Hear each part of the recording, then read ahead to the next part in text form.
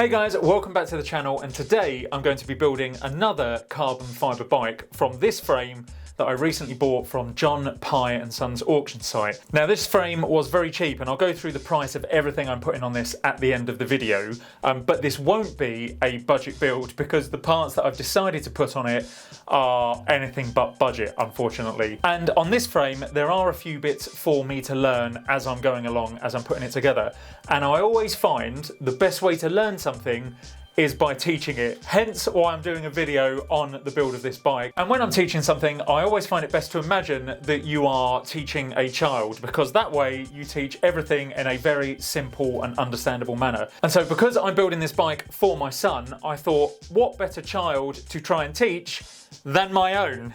Hi! So yeah, we're going to be putting this bike together today, and we need to do it pretty quickly because this time next weekend we will be on a 56-mile sportive tour of Cambridge, which is going to be his longest ride to date so far. How far have you ridden so far?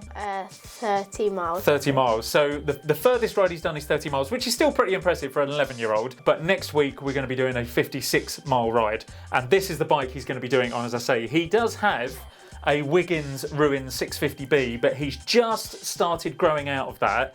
That's a 46 centimetre frame, I think it is. And I don't actually know what size this frame is. I've measured it from the middle of the bottom bracket to the top of the seat tube, and it's about 49 centimetres. So it should be perfect size for him, and this will actually be his first ever Carbon fibre bike.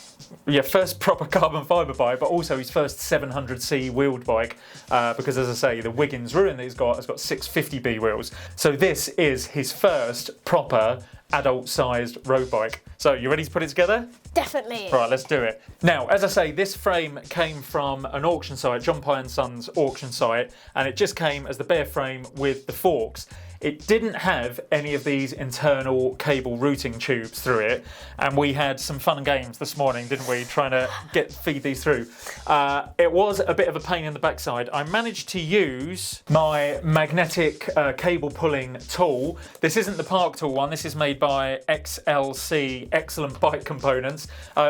It works perfectly. I've not used the Park Tool one, but this one works perfectly. I say it worked perfectly, it still took a good 45 minutes to an hour or so to pull all of these cables through, but we did manage to get it done, and we've now put these internal cable routing guides through. So hopefully it should be a hell of a lot easier now to just pull the cables through. The other thing about this frame is, I think specific to this frame at least, there used to be an aluminium tube that would run down the chainstay here from the rear derailleur cable entry point and around the bottom of the bottom bracket. When I got the frame, it rattled, and it took me ages to figure out what it was. I had to buy an endoscope to feed into the head tube here, all the way down the down tube, tried it down the seat post tube as well, and it turned out that it was that internal aluminium guide that had just come loose and was rattling around. So I had to drill out the aluminium pot in the back of the chainstay here to eventually drag that out, because it would have been an absolute nightmare riding that bike with that piece of aluminium rattling around inside. So as I say, I have drilled out this chainstay pot a little bit, but I'm hoping that if I put a plastic pot in there to terminate the cable housing into, it should still work okay. So as I say, I will go through full costs of everything that I'm going to put on this bike, but just to let you know, first and foremost, the hammer price on the auction site for this frame was £24. It is a full carbon fibre frame with carbon fibre forks as well, for £24. Now, as I say, that was the hammer price, but once you added the 25% buyer's premium on the hammer price, and then a £35 delivery charge, and then 25% VAT on top of all of that, it came up to about £73, £74 in total. However, 74 quid for a full carbon frame, I think, is absolutely fantastic. Yeah, you're happy with that. Well, you're happy with that because you haven't had to pay for any of it. I've paid for it all. So I think the first thing we're going to do is, because currently this isn't hanging on anything other than the seat tube, we're going to put the seat post in so we can clamp it into the work stand. However, one thing to mention on this is there are a number of different size seat tube diameters that you can get, and I couldn't quite figure out if this one was 30.9 millimeters or 31.6, exactly, 31.6 millimeters, because there is only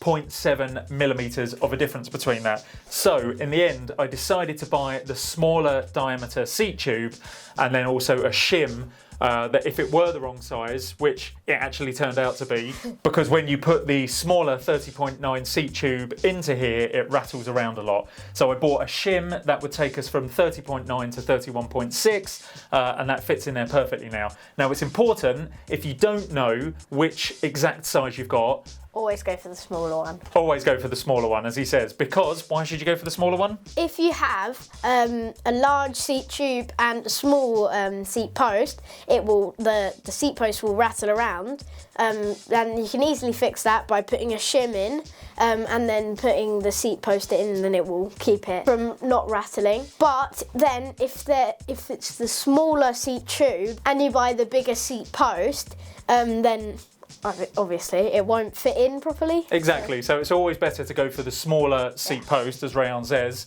and if you don't know the size of your seat tube, because you can always shim it out, it's very difficult to make the seat post smaller to fit inside a smaller seat tube.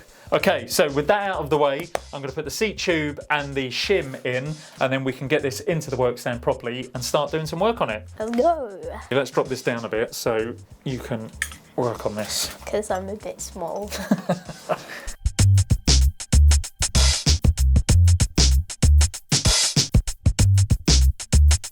So you should always hang the bike by The seat post. the seat post, not by the top tube, because especially with carbon fibre bikes, you can crush the top tube. It's not so much of a problem with aluminium bikes, and certainly not steel bikes, because obviously they're a lot stronger. Okay, so we're now in the work stand. So I think the first thing to do is put the fork on. Right, so what are we missing off of there? Bearings. But we're just going to give this a clean up, because this came from what appears to be the warehouse of a very dusty auction site, and so there is grease and dirt and dust all over this. So And we don't want that. no, we don't want that. So we are going to give it a good clean up first of all. Take any grease off and then reapply some fresh grease. Elbow grease, is that what you call it? You haven't used elbow grease in your life. Certainly not tidy in your bedroom. Okay, so that is the fork and crown race all cleaned up and the headset bearings. Now this actually came with all the headset bearings. I've checked them out, and despite the fact that they're obviously used, they are still very smooth and not crunchy or grindy at all. So I see no need in replacing the headset bearings at all, because they all work perfectly fine. So this type of head tube is what's known as a semi-integrated, where there's no external headset that you need to press into the frame, as it's already built into the head tube itself. So as I say, the crown race is already on the top of the fork here, so we will just drop the bottom steerer bearing in, and if you want to feed that up through there gently, and then once that's up and through, we will drop the top bearing. And then the Go on. one, collar. Collar, yeah, put the collar in, the sprung collar to stop that moving around, so make sure that that stays pushed up. Oh, That's it, yeah, because that will just drop straight out if you let go of it. Okay. So always, if you haven't got a little helper with you like I have, a piece of string or a cable tie around there just to hold the fork up and around the down tube here to stop it dropping straight out on you. So we've got the lower bearing, the upper bearing, and then the sprung collar that goes in the top to take up the space between the top bearing and the diameter of the steerer goes in, and then you just put your top finishing cap on, and this one happens to be an FSA full speed ahead style, which is a very happy coincidence because they make some fantastic products. So that top cap goes over the top there just to stop any water, dirt or dust going in. Now still don't let go of that fork, okay? Because until we've got the expander plug in there, the stem on top and any spacers, that is still likely to fall through. So while we've got that there... Not as likely, but still likely.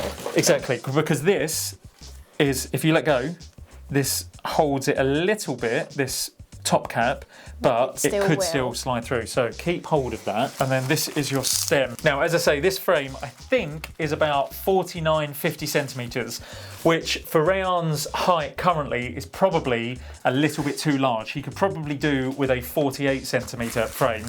However, beggars can't be choosers in this situation. Yeah, you need to stand on your heels. You need some Cuban heels on. Do you know what Cuban heels are? No. They're men's shoes with like a larger wedge at the back to make you appear taller. So yeah, so if this is a 49, 50 centimetre frame, it is probably a little bit big for him at the moment. However, It should be okay. We'll see how he gets on with it once we've built it. And by being slightly bigger, the bike fit won't be perfect for him at the moment, but hopefully it will give him a good couple of years extra use out of this bike. But because the bike may be slightly too big for him, the stem that I bought for him is actually only 60 millimeters. I bought him a nice short stem so that he doesn't have so much of a reach if the top tube is too long for him.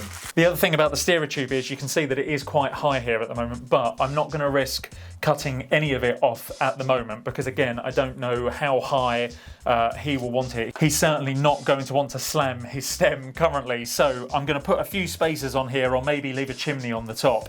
I would actually prefer to put the spacers underneath because I always think having a chimney on top can be a little bit dangerous if you come off the bike. If you are of the gentleman persuasion, it can be quite painful if you were to go over the handlebars with a chimney sticking out over the top of your stem. And if you don't know what I mean by chimney, it's where you put your stem on, and rather than putting the spacers under the stem, you put the spacers on top of it to leave as much steerer tube on top as possible, which gives you options. If you want to raise your stem later on, you can do. Obviously, if you were to cut your steerer down straight away and then fix your stem in place, there's no way of raising your stem later. So what a lot of people do is put the stem on, put the spacers over the top to give them that extra bit of space if they do want to change the height of their stem at a later date. As I say, I don't like doing that because firstly, I don't like the look of the chimney on top, and secondly, I think it can be slightly dangerous. So I would much rather have the stem off, put the spacers underneath, and then leave the stem sat at the top of the steerer.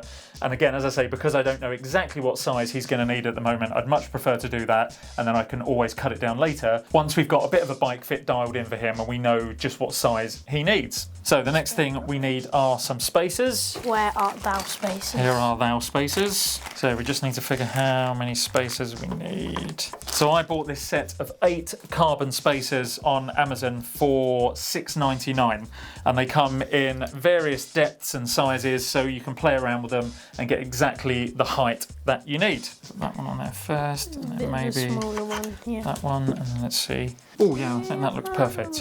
Okay, so we'll leave that there for now. Still keep hold of that though. So we've put a few spacers on now, and we've left about a 4 or 5 mil gap between the top of the steerer and then the top of the stem, which gives just enough for the expander plug to go in, and then the top cap that goes on top to pull the whole headset together. And what this does, it sits inside the top of the steerer tube, and you do the screw up in the top here, and it expands out into the carbon steerer. Now, how that helps is that when you go to screw up the pinch bolts on the stem, it stops you from crushing inwards the carbon steerer. Now, in aluminium steerers and in steel steerers, you will generally find what's called a star-fangled nut that gets pushed down inside the steerer tube, and then you screw a preload bolt down into that, and that eventually pulls everything together, the stem, the spacers, the headset and the forks, and it pulls it all together and stops any rocking motion from the steerer inside the head tube. Now, you can't use a star-fangled nut on carbon fibre steerers because they're so brittle. It's effectively just a fabric that's wrapped in glue, and it would just do too much damage to the inside. So we use these expander plugs with these like friction plates on the side of them. So we drop that in there and we do it up. It doesn't need to be that tight. You don't need to torque this up, but it needs to be tight enough that it won't pull out when you put the preload screw with the top cap in top and screw that right down. So we've got the expander plug pushed in, and it's now expanded out, so it's taking up all that space inside the steerer. And so finally, to make sure that these forks can no longer slip out, the top cap goes in with the preload, and just for you, I've got a very special treat because I know how much you like donuts. Thank you so much, that looks so cool. We have a little donut top cap. Oh, it's so cool. Okay, so we put the top cap on, put the preload screw in. We do not screw.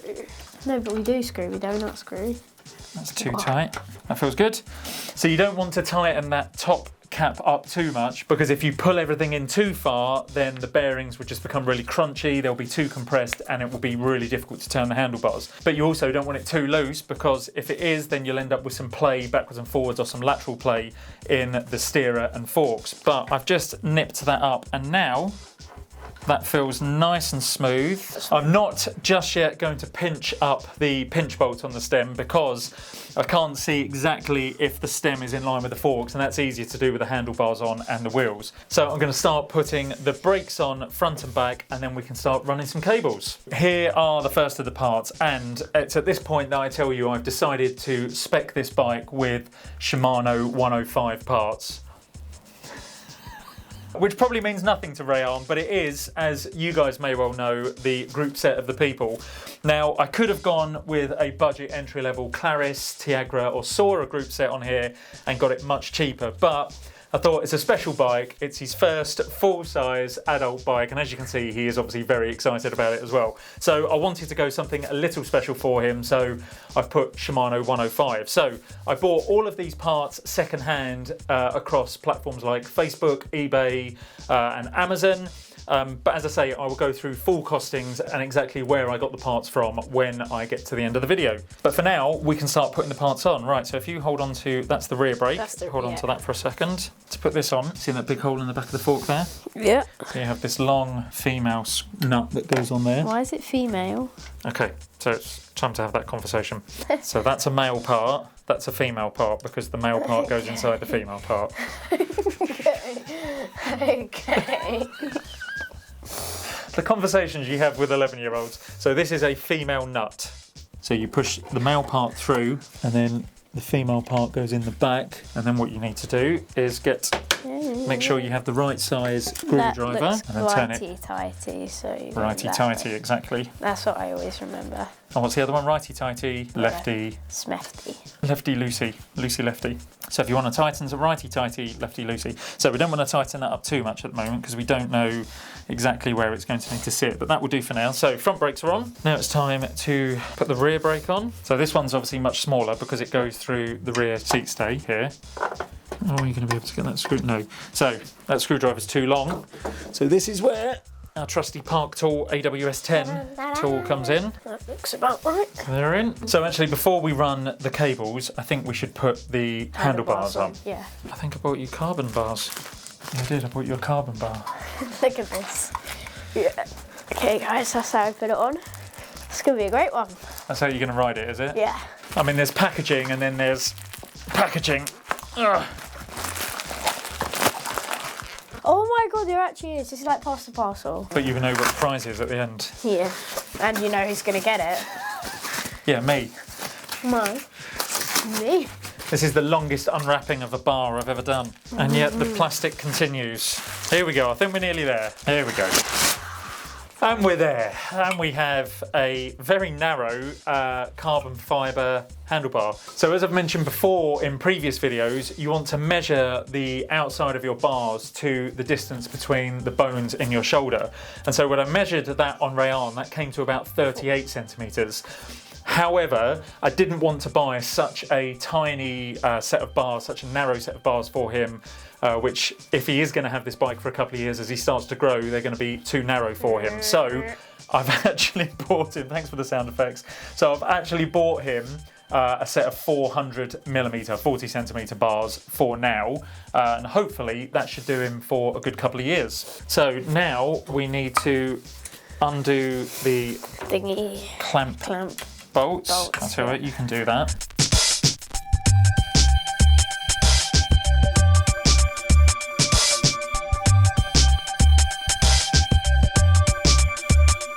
Now, I've mentioned this in previous videos before, but it bears repeating again. When you're doing this clamp plate up, you want to make sure that you're applying equal pressure to all four of the clamp bolts, because if you find that you're doing one up more than another, you're putting undue pressure on one side of the clamp or the other, and that can cause stress and that can cause shearing of the bolts, and it can cause your handlebars to slip as well if there's more pressure in one place than another. So what I like to do is to make sure that you've got just about the same gap between the clamp bolt and the stem at the top and the bottom. That's about there. Right, so if you just pinch all those bolts up a little bit, just until they start touching the clamp plate. Yeah, just there, that's fine. Now do this top one up here. I think that's about it. Yeah, and then do this one.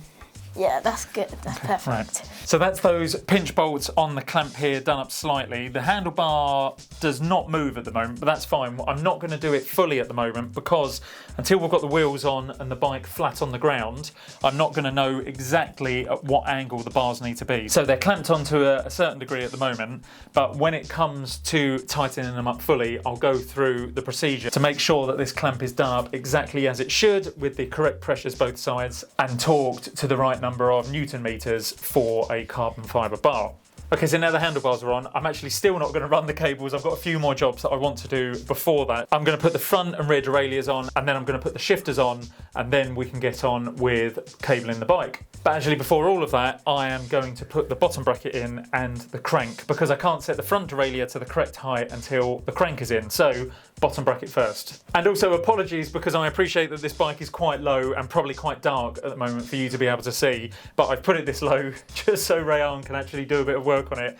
Once I've got the bottom bracket on, I will raise it up and hopefully you will have a bit more of a view of it. But don't worry, I will do some close-up videos of it at the end, outside in good light, so you will get a good look at it. Okay, so this is a Shimano BBR60, an Ultegra bottom bracket. Now, I'm not going to pretend to understand every single bottom bracket going, because as I've previously said, there are about 40 or 50 different varieties of bottom bracket, which frankly is just ridiculous. But I know that this BBR60 Ultegra bottom bracket does fit into this frame, which has a 68mm width shell and will fit the 105 crank with the Hollowtech axle that goes through the middle of it. So with this bottom bracket, as with most bottom brackets, I like to think it does tell you which side is the left and the right, drive side and non-drive side. And as ever with modern European bottom brackets, both sides screw in towards the back of the bike. If you want to hold on to that side for the moment, let's lift this up. Okay, so as you see, this side has R on it, and you see how it says tighten that way. So when you normally tighten something up on this side, you would turn it this way. But on this, it's what's called a left-handed thread. So when you push it in fact, before we do that, let's put some grease in there. Always grease up your threads. And what that does is it stops the metal part of the bottom bracket over time fusing with the metal part of the bottom bracket shell. But you need to redo it every so often. When you take it out every now and then, because what it causes is something called galvanic corrosion. And that's where two metal parts, where they're kept together over time for too long, that they start fusing together and then they become difficult to get apart. So with a bit of grease in the threads now, I put this side in. You don't need to do that side yet. It's fairly counterintuitive. I'm actually turning it counterclockwise, which you would ordinarily imagine undoes something, but on this bottom bracket on the drive side, it actually screws it in. And now once that side is fully screwed in, your side acts almost as like a lock nut. So if you push that on there now and gently turn it what you would imagine is the normal way, righty-tighty, lefty-loosey. So when you're putting it in, the best thing to do if you're finding the thread is turn it back a little bit, and eventually you'll hear a click, or you'll feel a click, and then you can turn it, and it should turn in nice and smooth. If it starts to get difficult, then what you could be doing is cross-threading, and that's the worst thing you can do, because if you start to cross-thread, you'll either ruin the threads on the bottom bracket itself or on the bottom bracket shell, and that can be fatal. Very expensive. Not quite fatal. It can be very expensive from impossible to fix. Now, this is an aluminium bottom bracket shell that's been pressed into a carbon fibre frame, and sometimes if you've cross-threaded, there's nothing more you can do. There's no way that you can re-tap those threads. So you really need to be careful. A bottom bracket should screw in nice and easily until it gets right up to the point where it's married right up to the frame. If it doesn't, there's two things that could be wrong. One thing is that, as I say, it could be cross-threaded. The other thing is that there might be some small pieces of swarf, some small pieces of metal that are inside the threads of the bottom bracket that are just scraping as you're trying to screw it in. If that is the case, take the bottom bracket out. I find an old toothbrush, if you've got one, and just go around the inside of the bottom bracket threads with some fairy liquid or some soap just to clean that out nicely. Put some more grease in there and then try to go in again. But as I say, it should go in nice and easily. If it doesn't go in easily, then don't force it in, because you are just going to cause yourself more problems than you want. So, bottom bracket is in. I'll just get the bottom bracket tool, which is here, and this is a bottom bracket spanner, and inside it I've got this plastic adapter, which is a Shimano TLFC25, which has got just the right amount of splines on it here that correspond with the bottom bracket. That fits straight onto there, and then it allows you to put some pressure on there just to nip that up to make sure it is fully tight. And then we'll do the same on this side. I didn't do that up very tight. That's okay, because you will only be able to do it up hand tight to a certain amount, and then the rest of the way you'll have to use a tool. Thingy. But that's fine.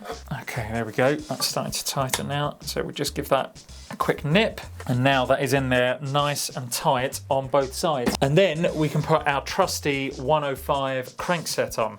So if I take this preload bolt out this side and then lift up that little retaining Ujima flopper, nice. Take that off. Right, if I give you that, that's your side, and you take that as well. And then I will push this through here. Okay, so that's the drive side cranking. Okay, so if I'm holding that directly down, you want that directly up. Okay, yep, that's good.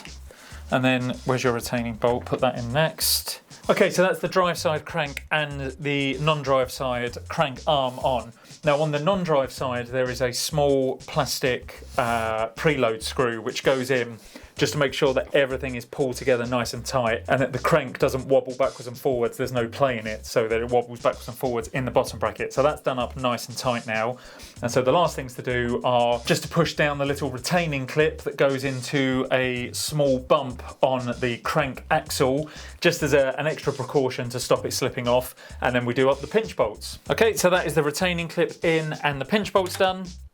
And that is spinning very nicely now. So now the crank's on, we can get the front derailleur on. Okay, so with the front derailleur, if you have bought it brand new, you should find that it has this little red sticker on it, which shows you exactly where it should be positioned in relation to your crank. Now, depending on how many teeth you've got on your largest cog on the crank, that will determine how high or low you want the front derailleur. But ultimately, regardless of how big your crank is, you want the front derailleur to sit 1 to 3 millimeters above the teeth on the crank. What you also want to do when you're tightening it up is just to make sure that the outer part of the cage is exactly in line with the crank. If it's slightly twisted or askew at all, then you'll find that when you're trying to jump from the bottom ring to the top ring, it won't catch and it won't bring it up properly. So you want to make sure that as well as being at the right height, you want it to be perfectly in line with the outer crank. Now you can either do that by standing behind the bike, which is easy because we don't have the wheels on at the moment. However, if the wheels are on, then you may have to come in over the top and eyeball it by looking straight down on it. But that looks pretty straight there. Do you think that looks the right height, or do you think it needs to come up or down? A bit down. The derailleur needs to come down, okay? That looks good, like a good place.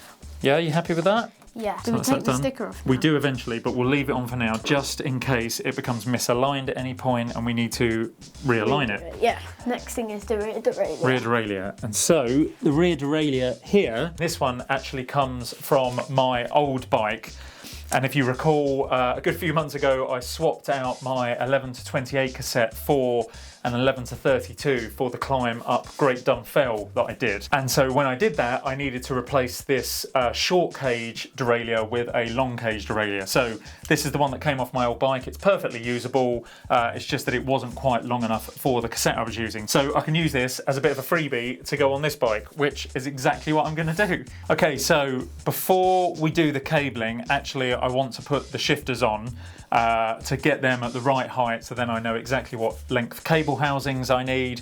So I'm going to put the wheels on and then drop the bike down momentarily just to put the shifters on, and then I'm going to put it back in the work stand. So if you jump on the other side of the bike again. Here's the shifters. Thank you very much. Right, if you jump on that side of the bike again, mind your head.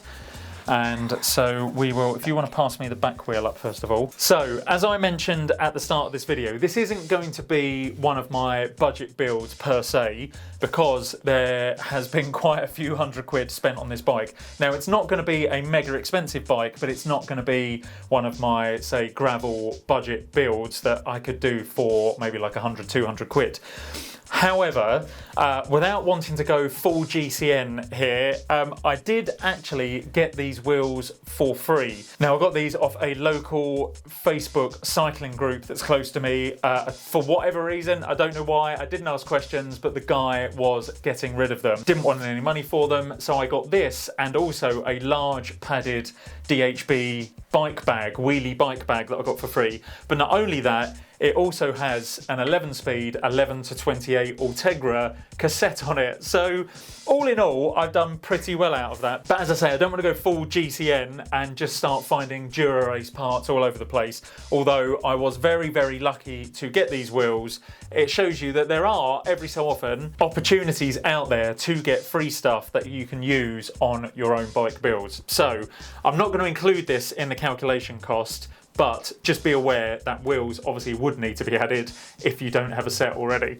So if you hold the wheel up and then I'll tighten it. Okay, that's good. Okay, if you want to pass me the front wheel up. Front wheel going up. Place that in the dropouts. There we go. Right, if you keep the wheel lifted up and I'll tighten it up. The bike works. The bike works. Do you think you could ride it like this? No saddle. Probably not. No saddle, no bar tape, no shifters, no pedals. No tyres. No tyres either. What do you think? It's coming into shape very nicely. It is coming into shape, isn't it? It looks pretty good. Okay, so now we've got that down, what we can do is work out where we want the handlebars as well. Okay, so although my head's cut off now, the first thing you want to do is just slightly undo these clamp bolts again, and then we can twist the bar until we're happy that it's flat. Now this particular bar is quite handy because it has this flat aero part at the top of it. You can pretty much see when that is flat. So that looks good just about there. And the drops look fairly flat to the ground as well. So I'm just going to nip these stem clamp bolts up again. And as I mentioned earlier, I'll now take you through how to do these up properly. And the best way to do it is with a trusty torque wrench. And you always want to do these clamp bolts up to about 5 or 6 Newton meters. So I will just set that on the wrench, and then we go around and we just start by turning each bolt a quarter of a turn. And after you do the first one, you go diagonally down across to the next one, quarter of a turn, and then across, quarter of a turn, and then diagonally back up and across again. And by doing it diagonally across the stem plate, again, you stop any undue pressure one way or the other on the handlebars. And so then you just continue that process until your torque wrench clicks and tells you that you're at the correct torque rating. And I think we're close now. There we go, that's the first one. That's number 2, number 3, and number 4. So that handlebar clamp plate is now fully adjusted, fully torqued up, and there should be no undue pressure on either side of that plate. So now that that's on, we can get our 105 shifters. Okay, what was it that Robert Burns said about the best laid plans of mice and men going awry? Yeah, we've had a bit of a problem.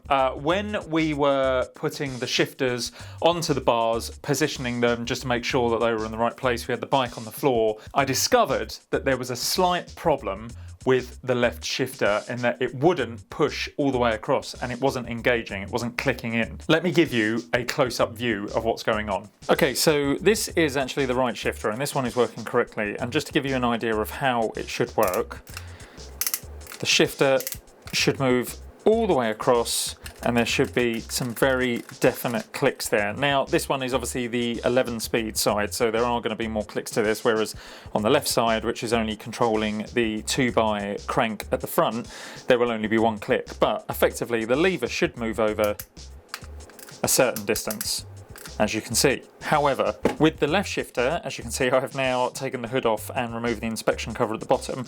This is not moving at all. That is literally as far as it moves, and you can hear it's not making that ratcheting sound. Now, I can't work out exactly what the issue is here, but I think it has something to do with this little metal lug here and the cog that's underneath it, because it just seems that it connects with that cog, but then the cog itself doesn't want to turn. Because I found that if you move the downshift paddle and then move the larger paddle after it, it does go across like that. But there is just something there in the mechanism that is stopping this shifter from moving right across. So incidentally, if anyone knows what this might be, I've tried looking it up on the internet. There were a few videos about people saying that they were having a similar sort of problem, but nothing really that helped me out or seemed exactly what this issue is. So if anyone out there knows what might be wrong with this, or you've come across a similar problem yourself and you know the answer, please let me know, because it would be handy to get this back up and running again if I can fix it.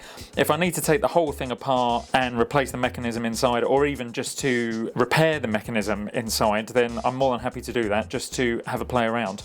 But in the meantime, as if by magic, I have bought what appears to be a brand new left shifter. Now this one, as you can hear, it is clicking, it does engage, and it even has the little bit of plastic on the nose of the shifter there. So this one was listed on eBay as a brand new shifter that just wasn't used. So I can only assume that someone had a similar problem with their right hand side. They bought a pair of them and then this left one was never used, so they put it up for sale.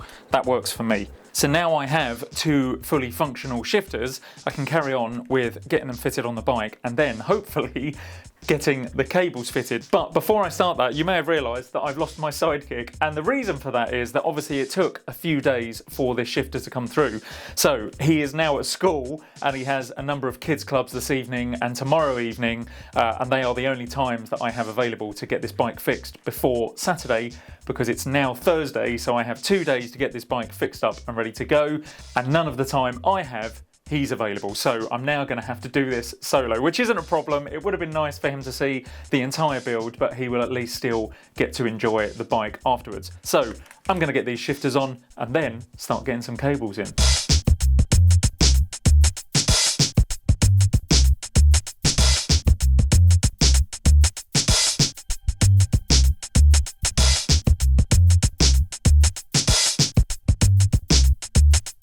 Right, well that's the rear derailleur cable through, thanks to my handy tube guides. So hopefully, fingers crossed, the other two go in nicely as well. I say two because the front brake doesn't need doing, that just comes straight out of the underside of the handlebar straight into the caliper, but I still need to run the front derailleur and the rear brake. So as I say, let's just hope they go just as smoothly. So just a quick point, as I've mentioned in previous videos, is that whenever I cut my cable housings, regardless of the fact that I'm using the Park Tool cable cutter, it does still compress the cable housing somewhat, so you need to open the inside of it up. So I use one of these little pointed files that I just push the end into and wiggle around just to open up the aperture. Now, someone did give me a tip a little while ago on one of my previous build videos, saying that if you put an old piece of gear cable or shift cable in there before cutting, it actually stops the cable housing deforming, which I think is an absolutely top tip. I've not done it on this occasion though, because would you believe it, I can't find any old cables around lying in the garage anywhere. So I've had to cut it as normal and then just open up the hole as I normally would. But if you are doing this yourself and you do have any old cables lying around, I think that is a top tip.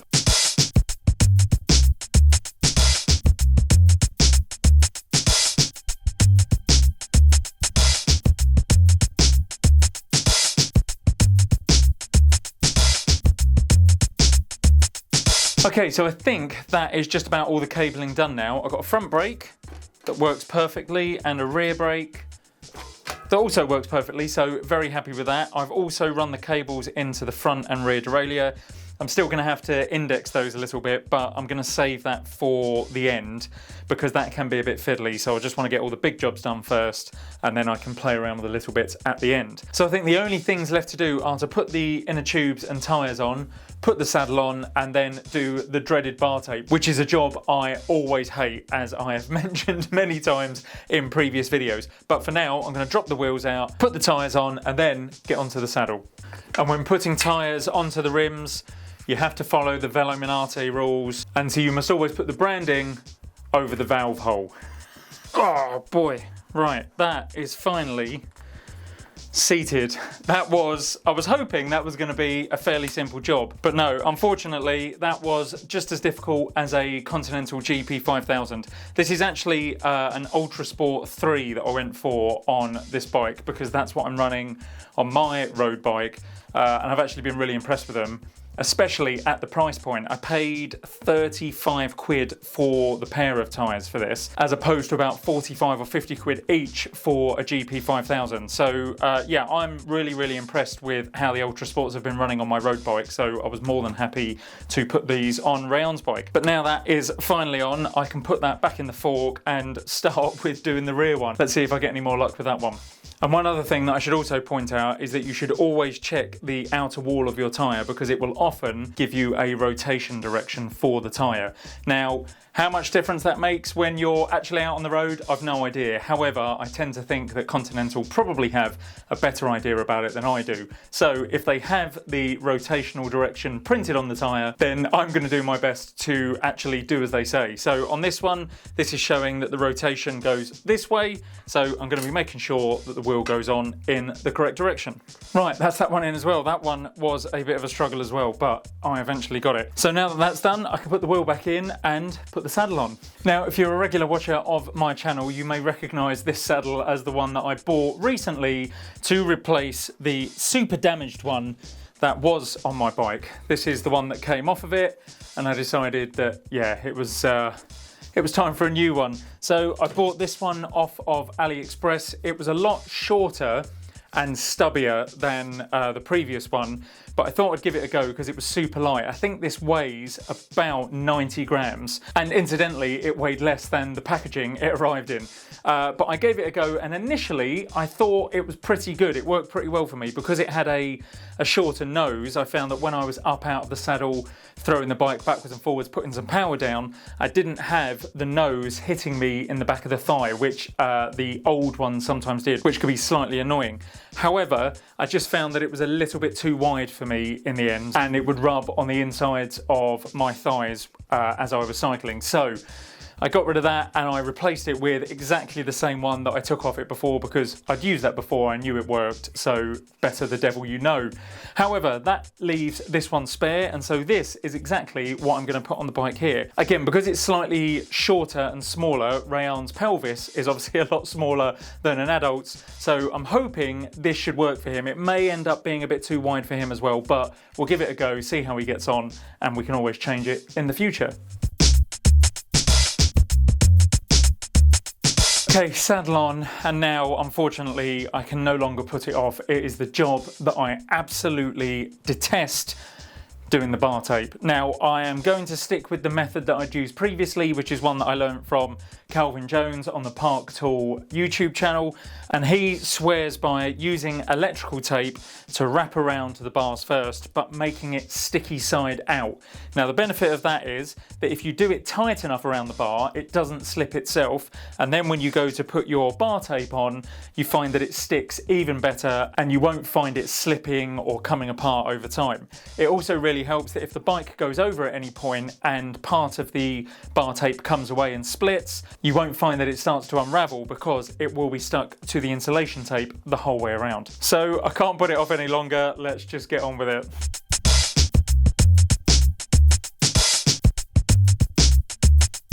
Okay, that's one very sticky side of the handlebars done. Now just to repeat it on the other side.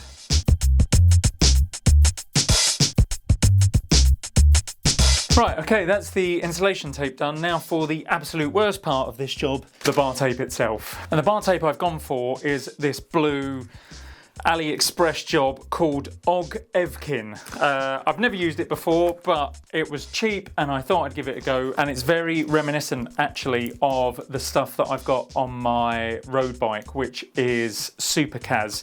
So we'll give this a go and see how it looks.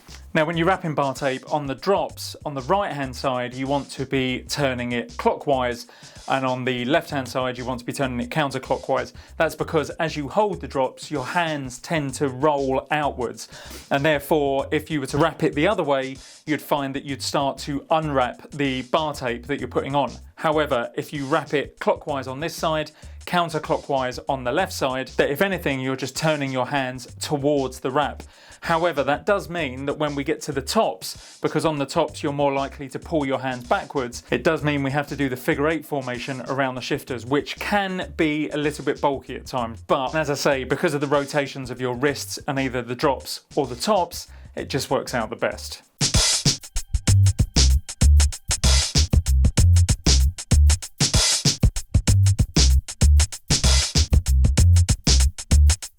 Okay, and with the pulling back of that hood, the bar tape is thankfully done.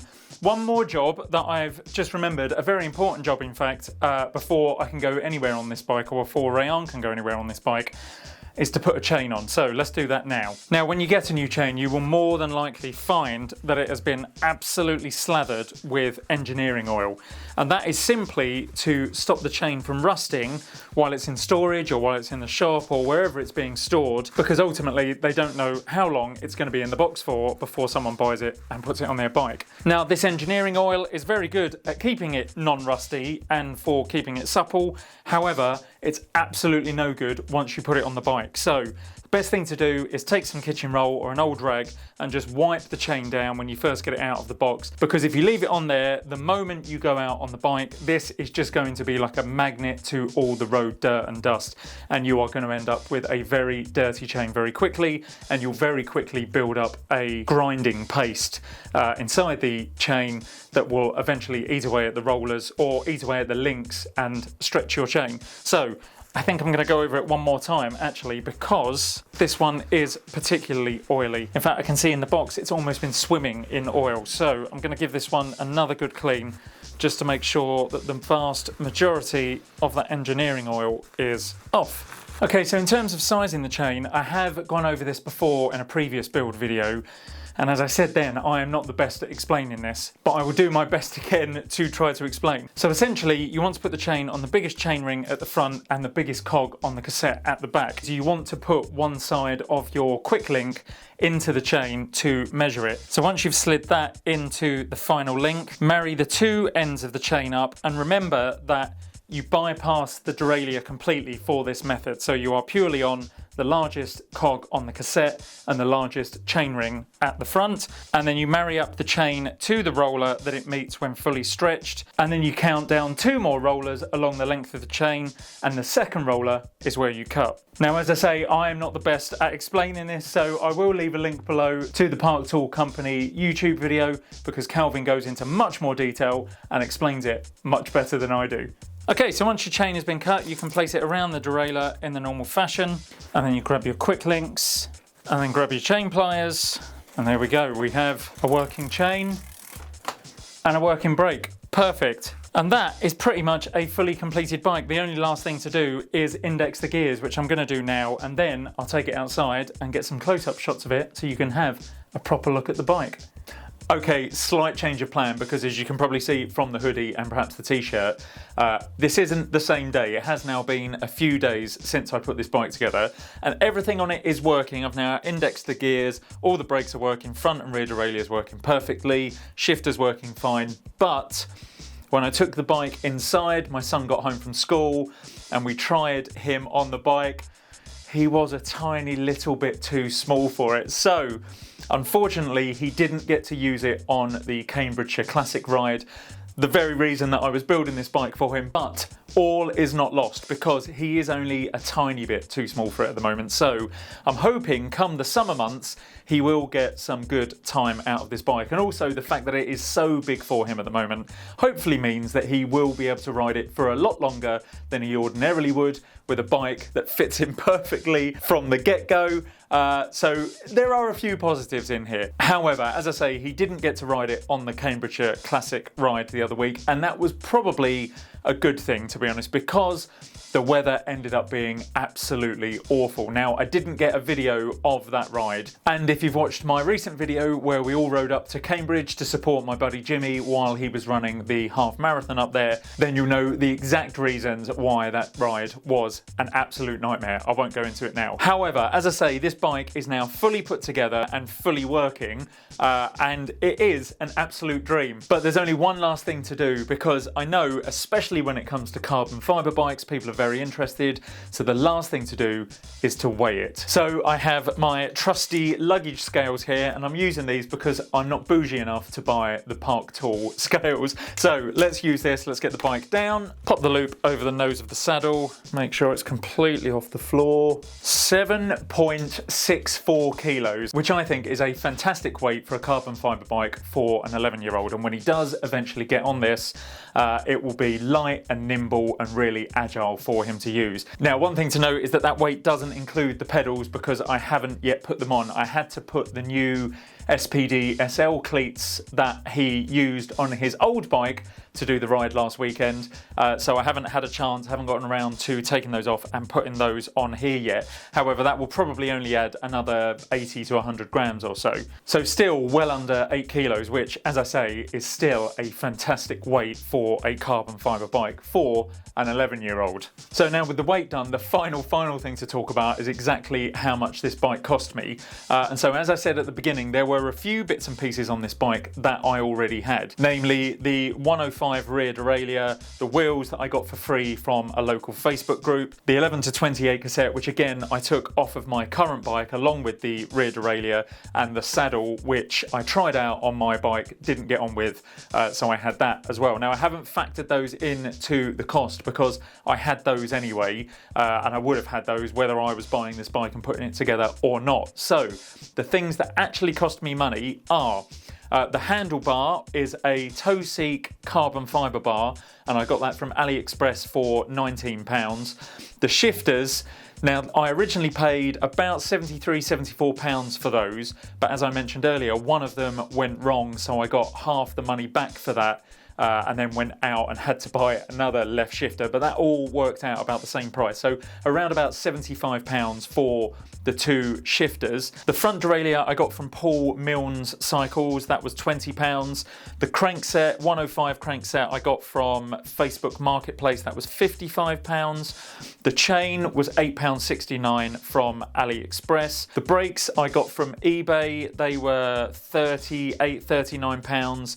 The tyres for the two of them were £32, again from eBay. The pedals I got for £16.81 on AliExpress, and again they are SPD SL pedals for road bike shoes. The seat post clamp I had to buy, that was £1.10 off of AliExpress. All these things add up, I have to add it in. The seat post shim, which I mentioned earlier, was to bridge the gap between the smaller seat post and the larger seat tube. That was from AliExpress, and that was £3.99. The seat post itself is a Toe-Seek carbon fibre seat post. That was £16, again from AliExpress. And then we have things like the steering spacers, which I got from Amazon, and they were £6.99. The expander plug was £10, including the top cap. And then finally, the BB, which was a Ultegra BBR60, I think it is, which I got from my local cycle shop, Highway Cycles in Bishop Stortford. That was £32.99. All those things added together comes to just over £340, which I think for a carbon fibre bike is an absolutely cracking price. Hello, it's Peter from the future here, and I just wanted to pause the video at this point to say that while recording this segment, I'd clearly forgotten to include the cost of the actual frame into my calculations. So when you add the £73 it cost me to buy that to £340 for all the other components, you get a total figure of just over £410, which I think is still a pretty decent price. But anyway, back on with the video. Now, obviously, the reason that price is so low is because I managed to get the frame for such a low amount of money. But it does show that there are deals out there to be had, and there are cheap, wonderful frames out there that you can get for yourself and build up into cheap, proper road-going road bikes. So that is it. We are ready to go out on this bike once I've put the pedals on it, but I will, and I promise I'll do this now, I will take it outside now and get some proper close-up shots of it. But what do you think? 340 quid for a budget carbon fibre road bike? Is that a good deal, or do you think that's still a lot of money considering I bought most of these parts from AliExpress and second-hand off eBay and Facebook Marketplace? Let me know in the comments below, but otherwise, thank you very much for watching, and I will see you in the next one. Take care.